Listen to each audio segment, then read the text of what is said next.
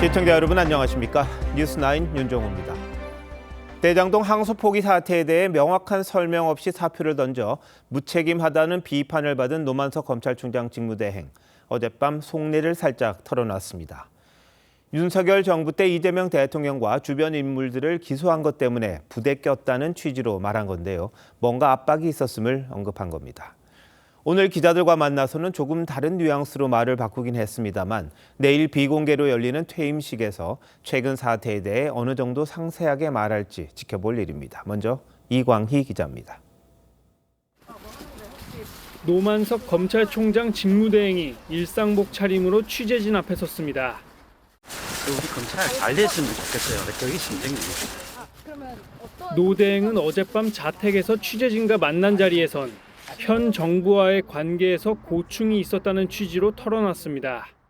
전 정권이 기소해놨던 게 전부 현 정권에서 문제가 돼버렸다며 현 정권에선 지우려고 하고 검찰은 지울 수 없는 상황이라 수시로 많이 부대꼈다고 한 겁니다. 대장동 항소 포기 역시 윗선의 압박이 있었다는 뜻으로 풀이됐습니다. 다만 오늘은 본인 마음과 후배들과의 관계에서 부대꼈다는 것이라며 말을 주워 담았습니다. 법무부에서 지우려고 한다는 이야기 한 적은 없어요. 너무 이야기하잖아. 이런 취지 이야기한 건 없고. 이진수 법무차관이 항소 포기를 요구하는 선택지만 제시했다는 발언에 대해선 말을 흐렸습니다.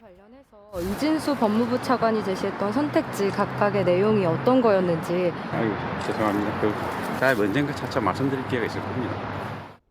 노 대행이 받은 선택지엔 법무장관의 수사지휘권 발동, 보안수사권 존폐 여부 등이 들어있었다는 의혹이 제기되었습니다. 노 대행 퇴임식은 내일 10시 30분에 비공개로 열리고 퇴임사는 추후 공개됩니다. 노 대행은 TV조선과 통화해서 퇴임사를 한번 지켜봐달라고 했습니다. TV조선 이광입니다.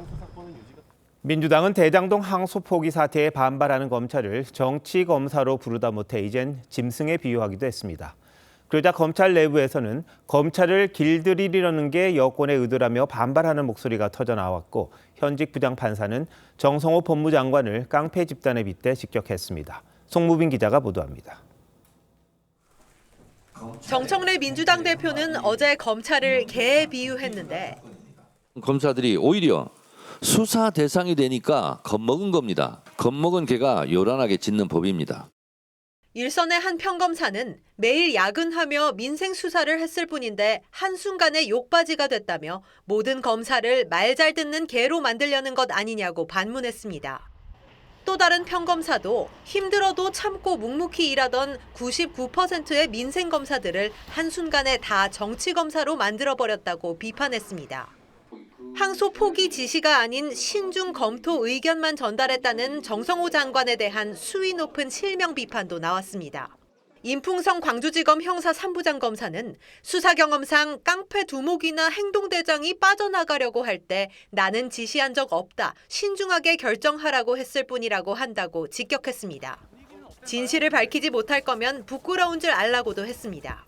박영진 법무연수원 연구위원은 대통령 참모인 법무부 장관이 이재명 대통령 관련 사건 재판을 종결시키는 데 개입한 거라 문제가 더 심각하다며 법무부는 대통령 관련 모든 사건에 개입하지 말라고 주장했습니다. TV조선 송무빈입니다. 검사들의 계속되는 반발에 민주당은 김병기 원내대표가 직접 나서 검사 파면법을 발의하기로 하는 등 전방위 압박에 나섰습니다.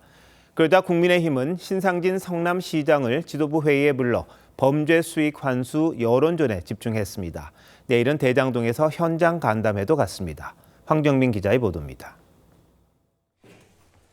민주당 김병기 원내대표는 김어준 씨 유튜브에 나가 모든 수단을 동원해 정치검사를 분쇄하겠다고 했습니다. 이어진 정책조정회의에선 검사 징계 수위에 파면을 포함하는 이른바 검사 파면법을 직접 발의하겠다고 했습니다. 거짓과 항명을 선동한 정치검사들의 실체가 만천하에 드러나도록 하겠습니다. 반드시 단죄하겠습니다. 민주당은 이번 주 안에 조작 기소 등을 다룰 국정조사 요구서도 제출할 계획입니다. 친명 조직인 더민주혁신회의는 전국 검찰청 등에서 동시다발 규탄 집회를 열었습니다. 정치검찰 쿠데타식 혁명군과 억지 주장 당장 중단하라! 중단하라! 중단하라! 중단하라! 국민의힘 지도부 회의엔 신상진 성남시장이 나와 대장동 항소 포기 비판에 힘을 보탰습니다. 신 시장은 범죄 수익자들이 1원도 가져가지 못하도록 시민소송단을 만들고 정성호 법무장관 등을 조만간 공수처에 고발하겠다고 했습니다. 권력의 개들이 돼가지고 이렇게 말도 안 되는 항소 포기를 한 자들에 대해서 저희 성남시는 우선 공수처에 고발하고. 장동혁 대표도 히틀러의 망령이 어른거린다며 이재명 정권을 겨냥했습니다. 히틀러는 자기 측 사건은 덮고 반대파 사건만 확대 기소하는 선택적 사법 시스템을 만들었습니다. 국민의힘 지도부는 내일 신 시장과 함께 대장동 현장 간담회를 열고 사업 구조와 수익, 환수 문제를 집중 제기할 방침입니다. TV조선 황정민입니다. 예산권을 쥐인 거대 야당이 내년도 검찰 특활비 예산안을 절반 이상 크게 줄였습니다. 그러면서 집단 성명에 참여한 검사장이 있는 곳엔 아예 줄 수 없게 부대 조건까지 달았습니다. 부당한 명령에는 저항하는 게 당연하다고 했던 여권이었죠. 그런데 자신들의 생각과 다르면 불이익을 주는 건 옳은 건지 따져볼 부분이 있어 보입니다. 한송원 기자가 보도합니다. 민주당과 조국혁신당 등 범여권은 어제 법사위 소위와 전체 회의에서 두 차례에 걸쳐 정부가 제출한 검찰 특활비 72억 원 중 40억여 원을 싹둑 잘랐습니다. 집단 행동에 참여하는 검찰청엔 특활비를 주지 않겠다는 부대 조항까지 달았습니다. 대장동 항소 포기 관련 설명을 요구하는 입장문에 이름을 올린 지검장과 지청장은 26명인데 이들이 속한 조직 전체에 불이익을 주겠다는 겁니다. 이진수 법무부 차관이 너무 범위가 넓어진다고 우려했지만 여당 주도로 삭감을 강행했습니다. 특수활동비를 정치 활동에 전용하는 우려도 있기 때문에 집행하지 아니하도록 부대 조건을 단 것은 너무 잘 하셨고요. 이 과정에서 친여 성향 무소속 최혁진 의원은 막말에 섞어가며 검찰을 비난했습니다. 특활비로 술을 하도 퍼먹어서 뇌가 썩었기 때문에 그따위 기소가 나왔다라고 생각을 합니다. 야당은 말을 잘 듣는 곳에만 특활비를 골라주는 건 검찰의 독립성을 훼손하는 거라고 반발했지만 받아들여지지 않았습니다. 조폭 같은 일일 것 같습니다. 한마디로 저 충성활동비, 순종활동비만 남겨둔 것 같습니다. 정말 부끄러운 일입니다. 그렇게 하지 않도록 제가 노력하겠습니다. 네. 민주당 서영교 의원은 찐윤 검사라며 검사장 18명 등 검사 30명 이름과 일부 사진까지 공개했습니다. 이 가운데 12명은 현 정부 들어 검사장에 승진했습니다. TV조선 한송원입니다. 정성호 법무장관은 이틀째 외압 의혹을 전면 부인했습니다. 신중히 판단하라는 건 단순한 의견이었다고 말했습니다만 사실상 항소하지 말라는 것과 다름없다는 질타엔 일부 수긍하기도 했습니다. 한번 들어보시죠. 김창섭 기자입니다. 국회 예결위에 나온 정성호 법무장관은 신중 검토 의견을 전달했을 뿐이란 입장을 반복했습니다. 장관님의 뜻을 전한 사람은 법무부 차관입니다.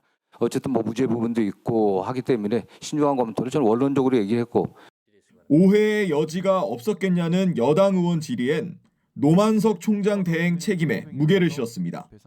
신중히 판단하라고 했을 때 일반적으로 어떤 본인들이 추단을 해갖고 판단한 것 같은데 하지만 검찰 입장에선 항소 포기 요구로 들릴 수 있다는 지적이 이어지자 그렇게 받아들일 수 있겠다며 일부 인정하기도 했습니다. 이거는 문해력의 문제이지 않습니까? 다시 항소하겠다는 의견을 올렸습니다. 근데 거기다가 신중히 판단하라고 또 얘기를 하면은 항소하지 말라는 얘기죠, 그게. 물론 받아들이는 쪽에서는 그렇게 받아들일 수 있겠지만은 본인들이 갖고 있는 권한과 책임에 대해서 판단하기를 저는 바랬습니다. 그랬으면은 말씀하지 말았어야죠. 집단 행동에 나선 검사들 징계 요구엔 검토하겠다고 했습니다. 법치를 조롱하고 국기를 문란하게 한 정치 검사들에 대해 징계 절차에 착수해 주시기 바랍니다. 검찰의 정치적 중립성에 위배되는지 여부는 따로 검토를 해보겠습니다. 네. 정 장관은 국정조사, 특검 등의 요구에 대해선 어떤 결정이든 수용하겠다고 했습니다. TV조선 김찬섭입니다. 정성호 장관은 정파를 불문하고 합리적이고 신중하다는 평가를 그동안 받아왔습니다. 과거에는 윗선의 단순한 의견 표명이 외압이 될 수 있다고도 했었죠. 지금 딱 자신의 상황과 맞아떨어지는 건데 그때하고 뭐가 다른 건지요. 이태희 기자가 보도합니다. 지난 2019년 국회 법사위원이던 정성호 법무장관은 윤석열 당시 검찰총장 후보자 인사청문회에서 검찰 수사의 중립성을 강조했습니다. 그러면서 윤 전 대통령이 국정원 댓글수사팀장 시절 윗선의 외압을 폭로했던 일을 언급했습니다. 외압 논란 당시 서울중앙지검장이 면밀히 검토해보자며 수사팀장의 사건 보고서를 돌려보낸 것으로 알려졌는데 정 장관은 이런 말조차 외압이 될 수 있다고 지적했습니다. 그것이 지시는 아니라고 하더라도 아니라고들 얘기를 하지만 공식적으로 그렇게 지시를 했겠습니까? 상당한 정도 외압으로 느꼈다고 하는 것이 또 사실로 드러났었고.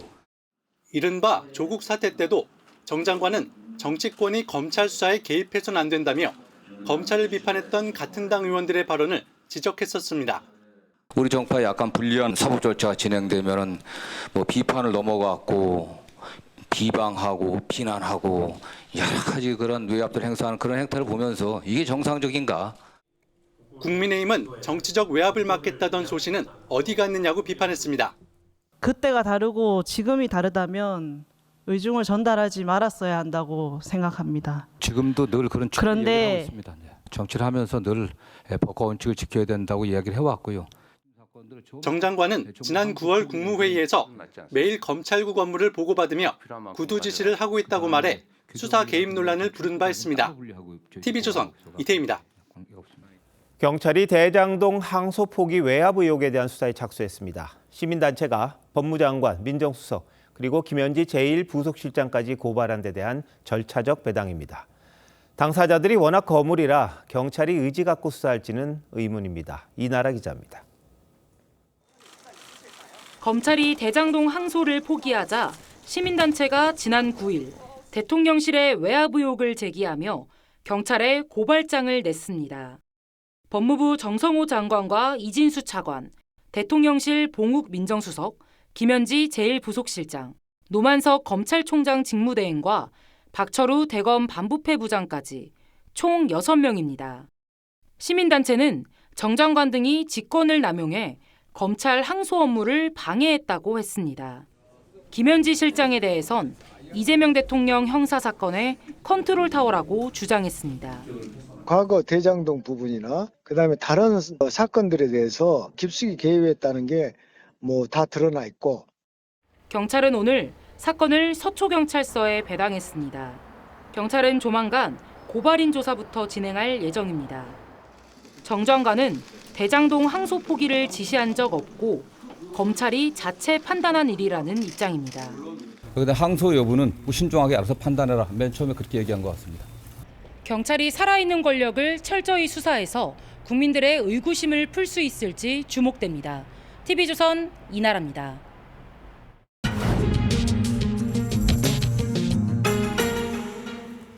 정치 연안에 한 발 더 들어가 궁금증을 풀어드리는 정치 더 시간입니다. 조선일보 배성규 정치 에디터 나오셨습니다. 안녕하세요. 안녕하세요. 자, 오늘 주제 뭡니까? 네, 노만석의 입입니다. 어제 입을 좀 열었죠. 네. 근데 항소 포기 외압이 있었다는 겁니까? 없었다는 겁니까? 네, 이 노대행의 발언이 상당히 추상적이긴 합니다. 핵심은 무언가 요청이 있었고 그걸로 갈등이 있었다는 겁니다. 이 가장 눈에 띄는 대목은 이건데요. 저쪽의 요구사항을 받아주기 어려웠다. 정권과 검찰의 방향이 달랐다. 저쪽은 지우려고 우리는 지울 수 없었다. 참 많이 부대꼈다. 이겁니다. 네. 이 저쪽은 이재명 정부를 말하는 것 같고요. 네. 또 지우려 한 것은 이재명 대통령 관련 기소 사건을 의미하는 것 같은데요. 여권의 기소 관련 요구를 수용하기 어려워서 갈등이 있었다. 이런 뜻으로 해석되는데 노대행은 구체적인 언급을 하지 않았습니다. 네. 자, 노대행이 또 한 게 있습니다. 이진수 법무차관이 네. 항소를 포기하는 선택지만 제시를 했고 그게 안 되면은 수사 지휘권을 뭐 발휘하겠다, 발동하겠다 이런 식의 언급을 했다고 이야기를 했는데 이 차관 부인하죠. 누구 말 맞습니까? 네, 지금 두 사람이 통화한 사실은 맞습니다. 그건 공통적입니다. 그런데 노대행이 이 차관한테 들었다는 세 가지 선택지가 무엇인지는 구체적으로 밝히지 않았습니다. 이 검찰 안팎에서는 검찰이 스스로 항소를 포기하는 안, 그다음에 지휘권 발동으로 항소를 막는 안, 그리고 일부만 항소하는 안 등으로 추정을 하고 있습니다. 이 차장은 노대행에게 지금 수사권 발동한 게 아니라고 통화해서 얘기했다는데요. 이 역으로 항소를 고집하면 지휘권을 발동할 수 있다 이런 뜻으로도 들릴 수도 있습니다. 이게. 네. 이 두 사람은 검찰 친한 선후배 관계입니다. 그래서 아마 윗선의 의중을 충분히 대화해서 전달했을 가능성이 있습니다. 이 노대행은 또 검찰을 지키기 위한 결정이라고 했는데요. 네네. 이건 보안 수사권을 얻어내기 위한 일종의 타협을 했다 이런 뜻으로도 읽힙니다. 아, 그렇군요. 자, 근데 정성호 장관 뭐 방금 리포트에도 나왔습니다만 직접 외압 행사할 가능성이 있습니까? 이 정 장관은 뭐 정치권에서도 상당히 알아주는 뭐 젠틀맨이고 또 이 가장 친명 중에 온건하고 합리적인 스타일이다 이렇게 알려져 있습니다. 이 신중하라는 말만 3번 했다는 것도 이 때문일 겁니다. 이 장관이 그런데 3번 신중하라고 하면 하지 말라는 뜻 아니겠습니까? 예. 하지만 강압이라고 하긴 좀 힘들고요. 다만 정 장관이 과거에는 장관의 입장 표명만으로도 압력이 될 수 있다 했었죠. 그리고 또 수시로 항소 문제를 보고받고 챙긴다고 그런 취지로 한 발언도 있었습니다. 이 법무부의 다른 간부들이 장관 대신 나섰을 수도 있다 이런 관측도 있습니다. 주목할 만한 인물은 정 장관의 정책 보좌관이자 이 대통령의 변호인이었던 조상호 보좌관입니다. 네. 그는 이 보좌관 치고는 굉장히 이례적으로 방송에 직접 출연해서 수사 개입이 아니다. 검사들한테 책임을 돌렸습니다. 또 정 장관이 국회에서 조 보좌관과 텔레그램을 주고받는 모습도 포착됐는데 이 야당에선 조 보좌관이 보낸 가이드라인을 장관이 앵무새처럼 읽은 거 아니냐. 누가 도대체 장관이냐. 이렇게 비판도 했습니다. 이 민정수석실엔 지금 대통령 변호인 출신 비서관이 3명이나 있습니다. 이 야당에서는 변호인 4인방의 막후 역할을 의심하고 있습니다. 네, 이 대통령이 변호인 출신들 많이 요직에 기용을 했었죠. 맞습니다. 자, 근데 노대행이 내일 퇴임식을 하는데 혹시 폭탄 발언할까요? 네, 뭐 주목이 되는데 대통령실이 사표를 수리하면 뭐 바로 퇴임식이 열리는 거죠. 근데 이 검찰은 당초에 노대행이 퇴임식에서 모든 입장을 밝힐 거다 이렇게 밝혔었습니다. 그런데 이 정권이 지우라고 한 게 무엇인지 과연 여기서 밝힐 것이냐 이게 가장 눈길을 끕니다. 하지만 검찰 내부에선 노대행의 평소 스타일상 아마 폭탄 발언할 가능성은 낮다 이렇게 전망합니다. 어차피 본인이 책임지고 나갔고 또 정권과 척을 지는 이런 위험을 감수할 스타일이 아니다 이런 얘기인데요. 노대행이 입을 닫으면 아무리 경찰 수사가 예정돼 있다고 해도 이 항소 포기의 진실은 묻힐 가능성이 높다는 전망입니다. 자, 근데 민주당이 지금 강하게 검찰을 밀어붙이고 있습니다. 뭐 사실상의 보복 조치를 많이 내놓고 있는데 어떻습니까, 이거? 네, 민주당은 지금 검사 파면법을 발의했고요. 또 국정조사도 추진한다고 합니다. 항명 검사들 겨냥해서 특수활동비를 뭐 40억 원이나 깎았고 또 추후 변호사 기업도 못하게 하겠다 이런 말까지 나옵니다. 이 초강경 검찰 진압 작전이 시작된 겁니다. 하지만 이 반발 목소리도 적지 않습니다. 항소 포기 지시 안 했다고 했으면서 뭘 항명했다는 거냐? 또 검사들이 뭐 해야 될 소리 했는데 왜 파면한다는 거냐? 정치 보복 안 한다더니 보복하는 거 아니냐? 이런 얘기입니다. 이런 조치들이 결국에는 이 대통령 공소 취소를 궁극에는 염두에 두고 압박용으로 하고 있는 거 아니냐 이런 분석이 나오고 있는 겁니다. 알겠습니다. 노대행 내일 퇴임식 한번 지켜봐야겠군요. 어떤 말을 할지요. 베이지스 잘 들었습니다.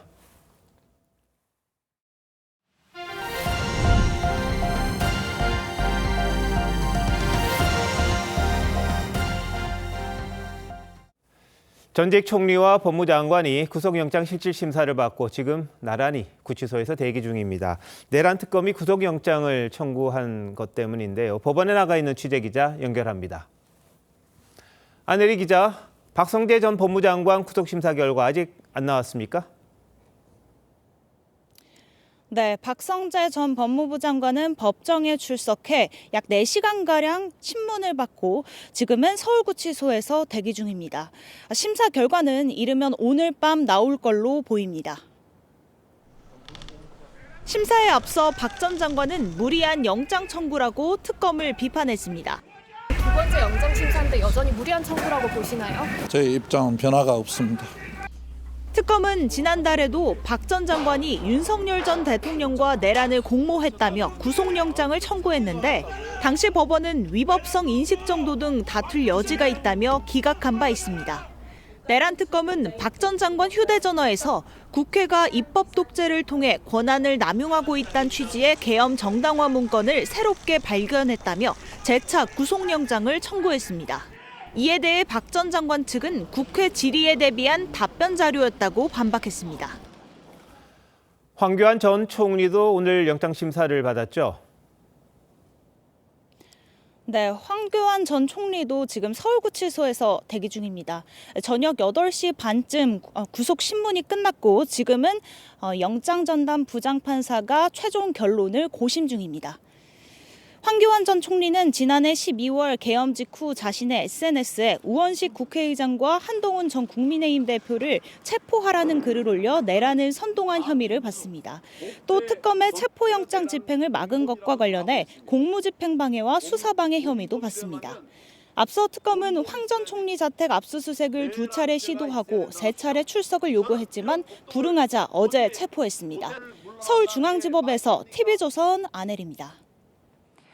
경기 부천의 한 전통시장에서 트럭이 갑자기 돌진하면서 2명이 숨지고 18명이 다쳤습니다. 트럭이 질주한 통행로는 장을 보러 나온 시민들로 북적이던 상황이었습니다. 먼저 김승돈 기자입니다. 1톤 트럭 한 대가 떡집 앞 좁은 통행로를 빠르게 지나갑니다. 놀란 상인이 밖으로 나와 쳐다봅니다. 속도를 줄이지 않은 트럭은 수산물 가게에 매대를 치더니 자전거를 끌고 가다 피하려는 사람까지 순식간에 치고 지나갑니다. 곳곳에 부상자들이 쓰러지며 시장통은 순식간에 아수라장이 됩니다.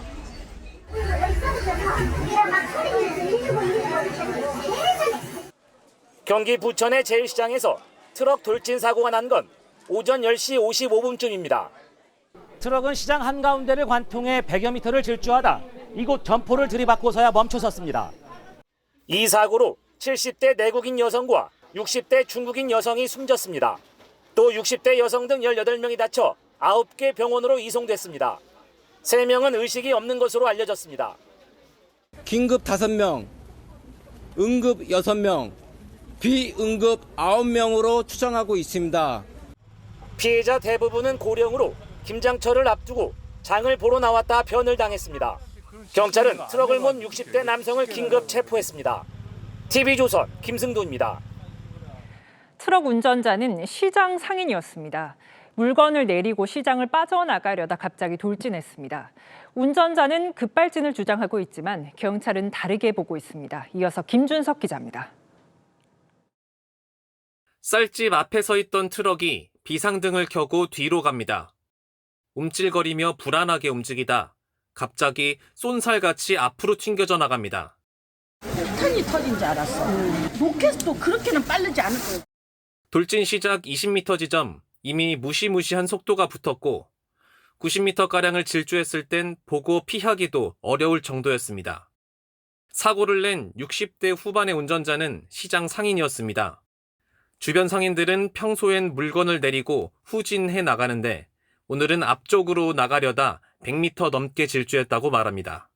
차가 이제 하나로 뒤로 나가요. 좀 빼고 이렇게 하다가 갑자기 일로 팍 달려간 거지. 운전자는 브레이크는 밟았지만 듣지 않았다고 진술한 것으로 알려졌습니다. 하지만 경찰은 브레이크 등이 들어오지 않았다며 페달 오조작일 가능성이 높은 것으로 보고 있습니다. CCTV에 브레이크 등이 잘 들어오지 않기 때문에 운전할 때도 브레이크 등이 들어온 것 같은데요. 그래서 엔진할 때는 안 들어요. 경찰은 사고 기록 장치를 국과수에 의뢰할 예정입니다. TV조선 김준석입니다. 광주 북구청이 청장이 노래하는 무대에서 여성 간부 공무원들을 백댄서로 세웠습니다. 심지어 이건 공무수행 출장으로 처리됐습니다. 공무원 노조는 강하게 반발했고 성인지 감수성 논란으로도 번지고 있습니다. 박건우 기자입니다. 문인 광주 북구청장이 전국 노래자랑 녹화 무대에서 노래를 부릅니다. 뒤에는 스카프와 선글라스를 쓴 여성 8명이 응원 도구를 흔들며 춤을 추고 있습니다. 이들은 모두 구청 국과장급 공무원으로 평일 근무 시간에 공무 출장 처리를 하고 행사에 참여했습니다. 공무원 노조 광주본부는 성명서를 내고 공무원들을 들러리로 세워 자존감을 무너뜨렸다고 비판했습니다. 구의회에서도 지방선거를 앞두고 부적절한 처신이었다는 지적이 나옵니다. 지방선거를 앞두고 있는 시점이라 더 그것이 속내가 뭔가 더 있는 거 아니냐 이런 생각들도 좀 들기도 하고요. 해당 공무원은 자발적 참여였다면서 사과했습니다. 처음에 이제 뭐 강요하고 이랬을 분은 아니고 즐거운 마음으로 했는데 누가 된 것 같아서 오히려 저희가 더 지용스럽네요. 문인 구청장은 주민들께 심려를 끼치고 조직 구성원들에게 부담을 드린 점에 대해 사과의 말씀을 드린다고 해명했습니다. 여성 간부들만 참여해 성인지 감수성이 부족했다는 지적에 대해서도 겸허히 받아들여 세심히 살피겠다고 밝혔습니다. 광주 북구청은 지난 2022년에도 전국 노래자랑 무대에서 비슷한 장면이 연출돼 비판을 받기도 했습니다. TV조선 박건우입니다. 큰 추위 없이 대학 수학 능력 시험이 치러졌습니다. 이날을 위해 열심히 준비한 수험생분들 그리고 옆에서 묵묵히 응원한 가족분들 모두 고생 많으셨습니다. 올해 수능에선 킬러 문항은 제외됐지만 고난도 문제가 일부 출제되면서 상위권 변별력은 확보됐다는 평가입니다. 그래서 수험생들의 체감 난이도는 다소 올라갔을 거란 전망입니다. 이번에도 시험 직전에 가까스로 도착한 경우가 많았는데 긴박했던 풍경을 임희원 기자가 취재했습니다. 꽉 막힌 도로 옆으로 순찰차가 갓길을 빠르게 내달립니다. 잠시 후 수험생이 탄 견인 차량과 마주칩니다. 오늘 새벽 6시쯤 서해안 고속도로에서 화물차 교통사고가 발생해 상행선이 전면 통제됐습니다. 사고 여파로 수능 시험을 치러 가던 수험생의 발이 묶였습니다. 수험생은 경찰에 도움을 요청했고 경찰은 사고 현장에 있던 견인차에 인근 나들목까지 데려다 달라고 했습니다. 수험생을 이어받은 경찰은 순찰차에 태워 시험장까지 50km를 35분 만에 주파했습니다. 전북 전주에서는 전북대 사대부고로 가야 할 수험생이 전주대 사대부고로 갔다가 경찰의 도움으로 수능 시험을 칠 수 있었습니다. 경남 양산의 한 수험생은 입실 마감 직전에 가까스로 도착했습니다. 서울 서대문역 인근에선 오토바이와 택시를 이용한 수험생 수송 작전이 펼쳐졌습니다. 할아버지 같은 마음을 하고 있습니다. 수능 대박 화이팅! 긴장감 넘치는 아침을 지나 8시간 이상 시험을 치른 학생들은 홀가분하게 교문을 빠져나왔습니다. 큰 산을 하나 넘은 것 같아서 되게 안도도 되고 기분이 좋고 앞으로도 더 열심히 해야겠다는. 긴장을 많이 했는데 우선 평소처럼 그냥 생각하고 오면 된다 계속 얘기를 해줬던 것 같아요. 올해 수험생은 55만 명으로 7년 만에 최대였습니다. TV조선 임희원입니다. 세계 최고의 자동차 브랜드 중 하나인 벤츠 회장이 한국을 찾았습니다. LG와 삼성 최고 경영진과 잇따라 만나서 친분을 과시하고 미래차 분야에서 전략적 동맹을 약속했습니다. 최근 있었던 젠슨 황의 AI 동맹이 떠오릅니다. 박상현 기자입니다. 2년 만에 방한한 메르세데스 벤츠 그룹의 칼레니우스 회장이 LG 여의도 사옥을 찾았습니다. Great technologies with LG. LG전자는 조주환 사장을 비롯해 그룹 경영진이 총 출동했습니다. 1시간가량 면담에서 두 회사는 전기차 배터리를 포함해 차량 내 핵심 부품과 기술을 공유하기로 했습니다. AI가 적용된 제품들, 전장 제품들, 또 그리고 그 배터리 쪽에 큰 딜들 뭐 이런 것들이 좀 일어난 것 같습니다. 최근 벤츠는 LG 에너지 솔루션과도 15조 원 규모의 차세대 배터리 공급 계약을 맺은 바 있습니다. A company that is as broad but also as deep as LG is almost unique in the world. And what unites us is innovation and cutting-edge technology. 칼레니우스 회장은 이어 삼성전자 이재용 회장과 만나 협력 방안을 논의했습니다. 이 자리에선 삼성전자가 벤치에 자율주행용 AI 칩을 공급하는 방안 등이 논의된 것으로 알려졌습니다. 기술이 점점 융합되는 게 강해져서 만나는 게 아닌가 싶은데요. AI 산업을 주도하고 있는 우리나라 기업과 그 협력을 논의할 필요성이 점점 커지고 있다. 이렇게 보시면 되겠습니다.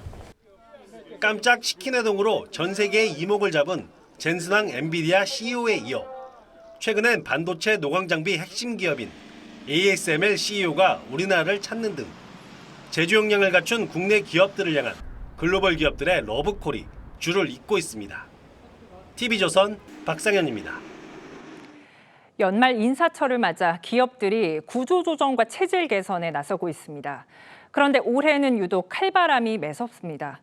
창사 이래 처음으로 희망퇴직을 시행하는 곳들도 있는데 AI 시대에 어쩔 수 없는 조치라는 설명입니다. 먼저 오현주 기자가 보도합니다. 한 식품회사 공장입니다. 정해진 양의 재료를 주입하고 포장하는 단계까지 모두 기계가 해냅니다. 사람이 하던 일을 AI와 로봇이 대신하게 되자 이 회사는 1950년 창사 이래 처음 희망퇴직에 나섰습니다. 구조조정 칼바람은 업종을 가리지 않습니다. LG전자는 모든 사업부를 대상으로, LG생활건강은 1990년 이전 출생자를 대상으로 희망퇴직을 단행했고, AI 퍼스트를 선언한 게임 회사 크래프톤은 1조 원이 넘는 이익에도 창사 이래 첫 희망퇴직을 받고 있습니다. AI 도입이 빨라지면서 기업 입장에서는 효율성을 높이는 쪽으로 가다 보니까 단순 노동에 대한 수요가 줄어드는 추세이긴 합니다. AI에 힘을 쏟고 있는 통신사들도 몸집 줄이기에 열중하고 있습니다. KT는 최근 대규모 희망퇴직으로 2,800여 명이 회사를 떠났고 SK텔레콤 역시 임원 30% 역대 최대 규모로 감축했습니다. 곳곳에서 들려오는 감원 소식에 직장인들은 고민이 깊습니다. 근로자나 직원 입장에서는 굉장히 불안할 수밖에 없다고 생각을 합니다. 나이에 따라서 아니면 능력에 따라서 조금씩 대비를 해가는 게 맞지 않나. 또 AI 측면에서 인원 감축이 되는 것도 이해는 하지만 또 막상 그게 내 가족의 일원이 그렇게 희망퇴직을 한다고 한다면 좀 불안감도 있기는 있어요. AI 물결이 벌써 인력 시장에 큰 변화를 몰고 오고 있습니다. TV조선 오현주입니다. 보신 것처럼 AI 기술이 발달할수록 인간의 일자리 위기는 더 심화될 거란 우려가 나옵니다. AI 시대 고용시장 흐름과 앞으로의 전망에 대해서 신유만 기자와 따져보겠습니다. 신 기자, AI 도입으로 고용시장이 많이 바뀌었을 것 같은데 이 부분 좀 설명해 주시죠. 네, AI가 단순 업무를 빠르게 대체하면서 청년 채용은 줄고 복잡하거나 중요한 결정을 하는 50대 시니어 일자리가 늘고 있습니다.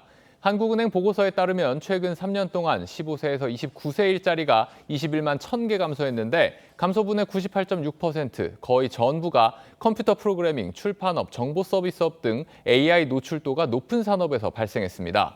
반면 50대 일자리는 비슷한 규모인 20만 9천 개 늘어났습니다. 늘어난 일자리의 69.9%가 금융업 등 AI에 많이 노출되는 업종인 것으로 나타났습니다.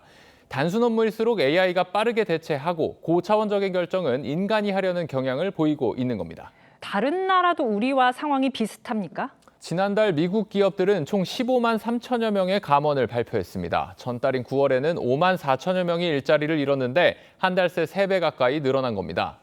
아마존은 지난달 29일 1만 4천 명의 사무직 인력을 감축했고요. 고객 서비스 업체 세일즈포스도 AI 도입 후에 고객 응대 인력을 4천 명 줄였다고 최근 밝혔습니다. 네, 우리만의 일은 아니네요. 서비스업 말고 전통 제조업 상황도 궁금한데요. 네, 물리적 형태를 갖춘 AI, 피지컬 AI가 도입되며 공장 시스템의 완전 자동화를 목표로 기술 발전 중입니다. 인공지능과 로봇 기술이 결합한 형태입니다. 한 물류업계 관계자는 과거에 사람 공장장이 시장 수요와 노동자 현황을 판단해서 출하량을 결정했는데 이런 일도 피지컬 AI가 할 수 있을 것으로 기대하고 있다고 말했습니다. 일단 지금은 단순 업무 위주로 대체되고 있지만 장기적으로 고위직이나 화이트 칼라도 상당수 일자리를 위협받을 수 있는 겁니다. 많은 분야에서 이런 형태의 도움을 얻거나 혹은 자동화를 도모하는 일들이 벌어지고 있고요. 인공지능과 인간지능이 협업하는 시스템으로 이제 새롭게 더 발전되기 시작한 거죠. 네, 설명을 들으니 인간 일자리를 대체하는 현상 더 심해질 것 같은데 AI는 궁극적으로 어떤 일까지 할 수 있게 될까요?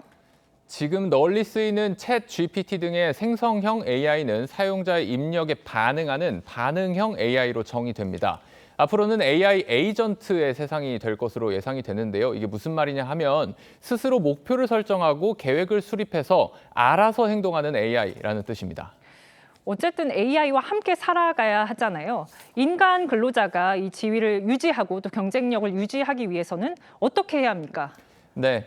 우리 기업들의 69.2%가 채용할 때 AI 역량을 고려한다고 답했습니다. AI 전문 인력이 필요하다는 기업도 69.4%에 달했습니다. 엔비디아 CEO 젠슨 황은 우리는 AI에 대체되는 게 아니라 AI를 잘 다루는 사람에게 대체될 것이라는 말을 남겼습니다. 지금 가장 앞선 버전이 GPT-5인데 모든 학문의 박사학위를 갖고 있다라고 생각해도 무방한 상황이거든요. 그것을 가장 잘 사용하는 사람이 아마 돈을 벌든지 일자리를 얻게 될 것 같고요. AI를 다루고 활용하는 건 인간만의 영역이라는 생각이 듭니다. 신 기자 잘 들었습니다.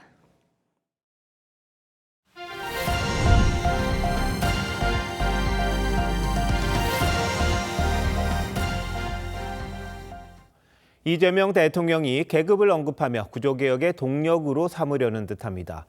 6개 분야를 내년부터 적극적으로 바꾸겠다면서 한 예로 가난한 사람에게 비싼 이자를 물리는 걸 금융계급제라고 비판한 겁니다. 이자는 재산보다 신용도와 관련이 있는 데다 부자라는 이유로 고금리를 물리는 건 적절한지 말들이 많습니다. 최지원 기자가 보도합니다. 이재명 대통령은 참모들과의 공개 회의에서 정권이 바뀔 때마다 잠재 성장률이 1%씩 떨어진다며 반등을 모색해야 한다고 주문했습니다. 이를 위한 과감한 구조개혁이 필요하다며 경제 회복의 불씨가 켜진 지금이 적기라고 했습니다. 저항도 따르죠. 이겨내야 되겠죠. 혈관에 찌꺼기가 쌓이면 좋은 영양분을 섭취해도 건강이 좋아지지 않는 것처럼 이재명 정부 첫 구조개혁으론 규제와 금융, 공공, 연금, 교육, 노동 등 6대 분야를 꼽았습니다. 특히 가난한 사람이 비싼 이자를 강요받는 금융 계급화가 벌어지고 있다며 취약계층에 대한 약탈적 대출을 제어하지 못하는 현 금융정책의 개선 필요성을 강조했습니다. 취약계층에 대한 약탈적 대출, 제도권 금융 배제 등의 문제가 발생하고 있음에도 정책금융이 이를 효과적으로 제어하지 못했습니다. 기존 사고에 매이지 말고 해결책을 마련하라고. 하지만 한 신용평가사 자료를 보면 우량 고객인 3등급의 연평균 추정소득은 8등급보다 오히려 26만 원 적었습니다. 신용에 따라 금리가 적용되는 만큼 가난하다고 꼭 높은 금리가 적용되는 건 아니라는 겁니다. 또 소득이 크다는 이유로 신용이 높은데도 많은 이자를 내는 건 시장주의 원칙에 어긋난다는 지적도 있습니다. 이 대통령은 또 지난 정부 공공기관에서 이해관계자의 의견 수렴 없는 강압적 인사 등이 추진됐다며 힘없는 사람을 자르는 대신 불필요한 임원 자리를 정리하는 걸 원칙으로 하겠다고도 했습니다. TV조선 최재원입니다. 오늘 열린 국회 본회의에 국무위원 한 명이 참석하지 않자 야당이 법안 처리를 사실상 보이콧하는 이례적인 장면이 연출됐습니다. 민주당 현역 의원인 김윤덕 국토부 장관 때문이었는데 볼썽 사나운 장면들이 여럿 보였습니다. 어떤 배경이 있었던 건지 장윤정 기자가 알아봤습니다. 국토위 소관 법안 처리 순서가 되자 국민의힘 의원들이 김윤덕 국토부 장관의 불참에 강하게 항의합니다. 김 장관이 국민의힘 소속인 오세훈 서울시장과의 일정 때문에 못 온 건데도 야당은 항의 끝에 퇴장했습니다.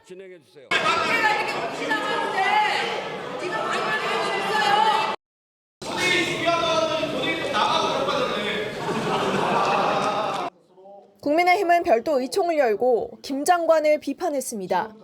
민생 법안이 그렇게 급하다고 하면서 처리해달라고 난리 치더니 국회가 이렇게 행정부 일개 장관한테 흔들리는 모습은 동의할 수가 없습니다. 국민의힘의 이 같은 반응은 김 장관이 상임위에서 수차례 보인 거친 태도 때문입니다. 항소 포기로 7천억을 던져주는 것 이재명 정부가 한 거 아니면 뭡니까? 의원님 여기서 정정하자고 하는 건가 저하고 지금? 서울 아파트 매매 가격이 얼마나 올랐는지 관심 없어요. 저한테 암기력 테스트를 하는 식으로 질문 안 해줬으면 좋겠습니다. 민주당은 국민의힘이 퇴장하자 야당 의원의 대표 발의 법안을 부결시키기도 했습니다. 항공보안법 일부 개정 법률안 대안은 부결되었음을 선포합니다.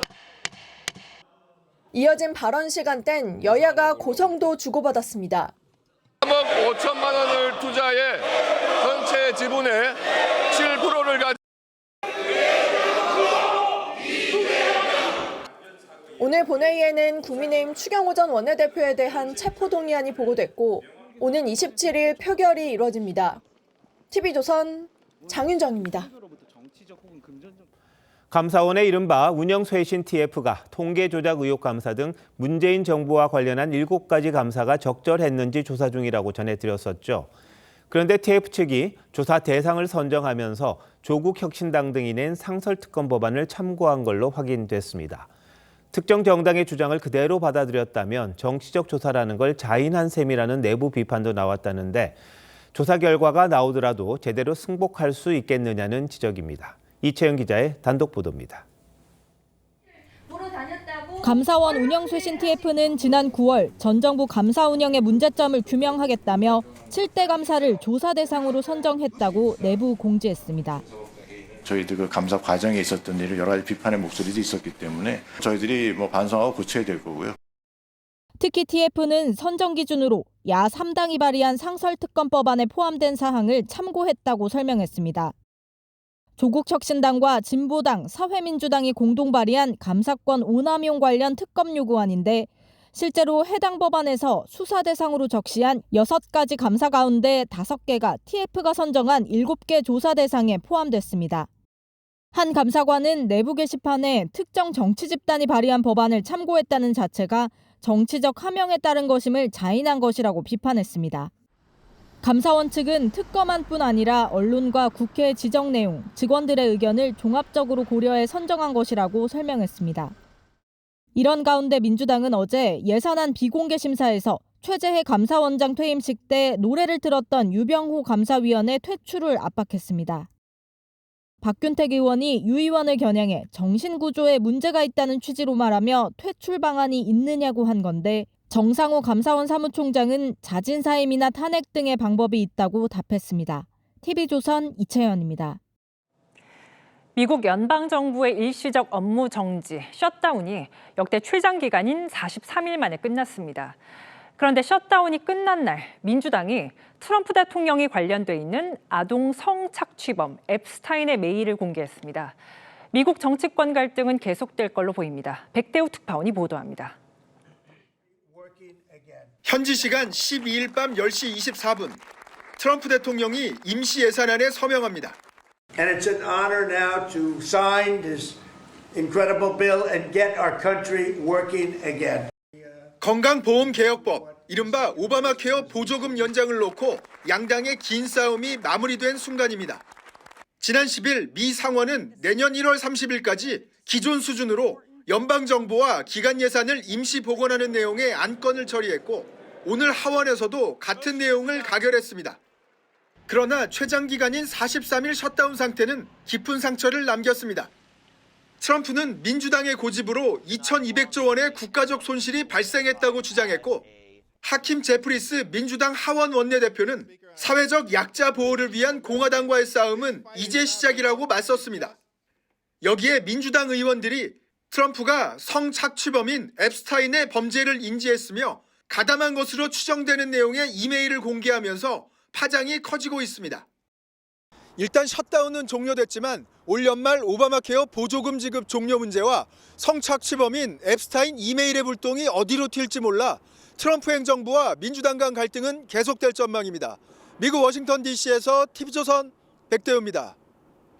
고흐와 고갱, 세잔 등 한국인이 사랑하는 인상주의 대표 화가의 걸작들이 서울에 왔습니다. 미국 뉴욕 메트로폴리탄 박물관이 소장한 작품 80여 점인데 그동안 해외 박물관이나 미술관에 대여된 적은 거의 없다고 합니다. 박소영 기자가 소개합니다. 햇살 아래 힘차게 가지를 뻗은 나무와 그 사이로 보이는 분홍빛 하늘. 파리 생활을 마치고 프랑스 남부로 간 고흐는 아르레 태양을 받은 나무를 특유의 강렬한 붓질로 표현했습니다. 실내에서 피아노를 치는 두 소녀. 발갛게 물든 볼과 금빛 머리칼에서 빛을 부드럽고 온화하게 표현한 르누아르의 솜씨가 돋보입니다. 미국 뉴욕 메트로폴리탄 박물관이 소장한 작품 81점이 서울에 왔습니다.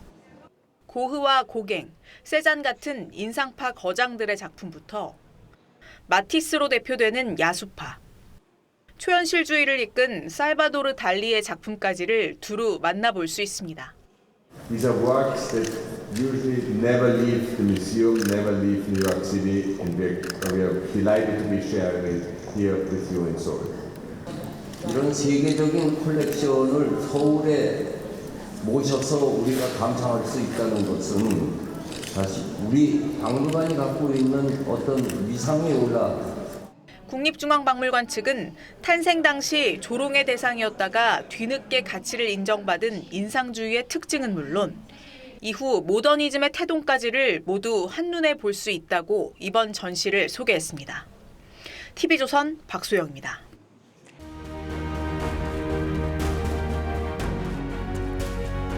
사람들은 늘 칭찬에 목마릅니다. 칭찬은 결국 자신에 대한 세상의 인정이기 때문이죠. 자, 이제 내 운수 좀 봐볼까? 왕이시여, 어리석은 백성들을 인도하시옵소서. 권력은 이미 사람들을 지배하는 건데 칭찬이 뭐 필요할까 싶습니다. 하지만 권력의 그림자에는 늘 아부가 따릅니다. 게다가 권력자에게는 보통 사람보다 훨씬 더 많이 필요합니다. 아부하는 입장에선 가성비가 좋습니다. 돈도 안 들죠. 효과도 분명하니까요. 양심에 걸리는 게 좀 그런가요? 서울 서대문 구의회의 한 상임위가 느닷없이 이재명 대통령 생가를 복원하자는 건의안을 통과시켰습니다. 정자골이라고 제가 불렀던 곳인 것 같아요. 정자골에 살았던 초등학교 친구 생각나네요. 생가는 서대문에서 200km 넘게 떨어진 경북 안동에 있습니다. 경북이나 안동에서 하면 될 걸 왜 서대문 구의회가 나서는 건지요. 반발에도 민주당 의원들이 몰아붙였다고 합니다. 과도한 충성 경쟁이더라고요. 서대문 구의회에서 그거 왜 합니까? 옆에서 말려야 되잖아요. 말리면 수박되는 민주당의 현 상황을. 논란이 커지자 안건을 철회했습니다만 건의안에 담긴 내용 한번 보시죠. 대통령의 생애가 국민에게 희망과 용기를 준다. 생가는 민주주의와 국민 주권의 가치가 담긴 역사적 공간이다. 진정한 칭찬은 과잉이 아닌 절제에 있습니다. 이런 일이 처음도 아닙니다. 이재명 대표는 김대중 대통령보다도 훨씬 대단하다고 생각해요. 한 민주당 최고위원은 민주당의 아버지를 당시 이 대표라고 했고 정청래 지금 대표는 자서전을 흐느끼며 읽었다고 했습니다. 이쯤 되면 칭찬을 넘어 신앙 같기도 합니다. The value of the currency of praise depends entirely on it not being spent too freely, so that when they eventually do bestow a blessing, their words can have a proper resonance. 공인의 한마디 한마디엔 국민적 공감과 신뢰가 있어야 합니다. 특히 권력자를 향한 칭찬이 과장과 헌사로 미끄러지는 순간 그 말은 조직 전체의 품격을 갉아먹습니다. 칭찬이 아부로 느껴지고 격려가 충성 경쟁으로 보이는 사회 그 자체로 불행합니다. 칭찬이 코끼리나 고래를 춤추게 하듯 건강한 격려가 사회를 발전시킵니다. 11월 13일 윤정호의 앵커 칼럼 적당히 좀이었습니다.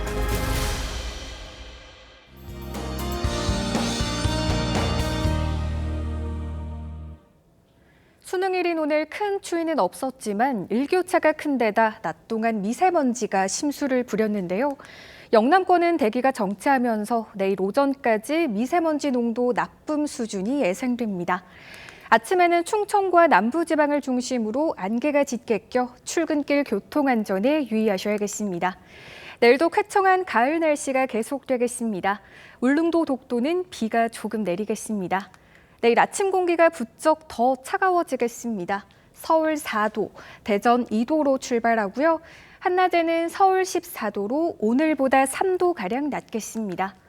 일요일에는 중부지방과 전북에 비가 내리겠고 비가 그치고 난 뒤 날이 급격히 추워지겠습니다. 다음 주 화요일 서울의 아침 기온이 영하 3도까지 떨어지면서 올가을 첫 영하권 추위가 찾아오겠습니다. 날씨였습니다. 11월 13일 목요일 뉴스9 마칩니다. 시청해주신 여러분 고맙습니다.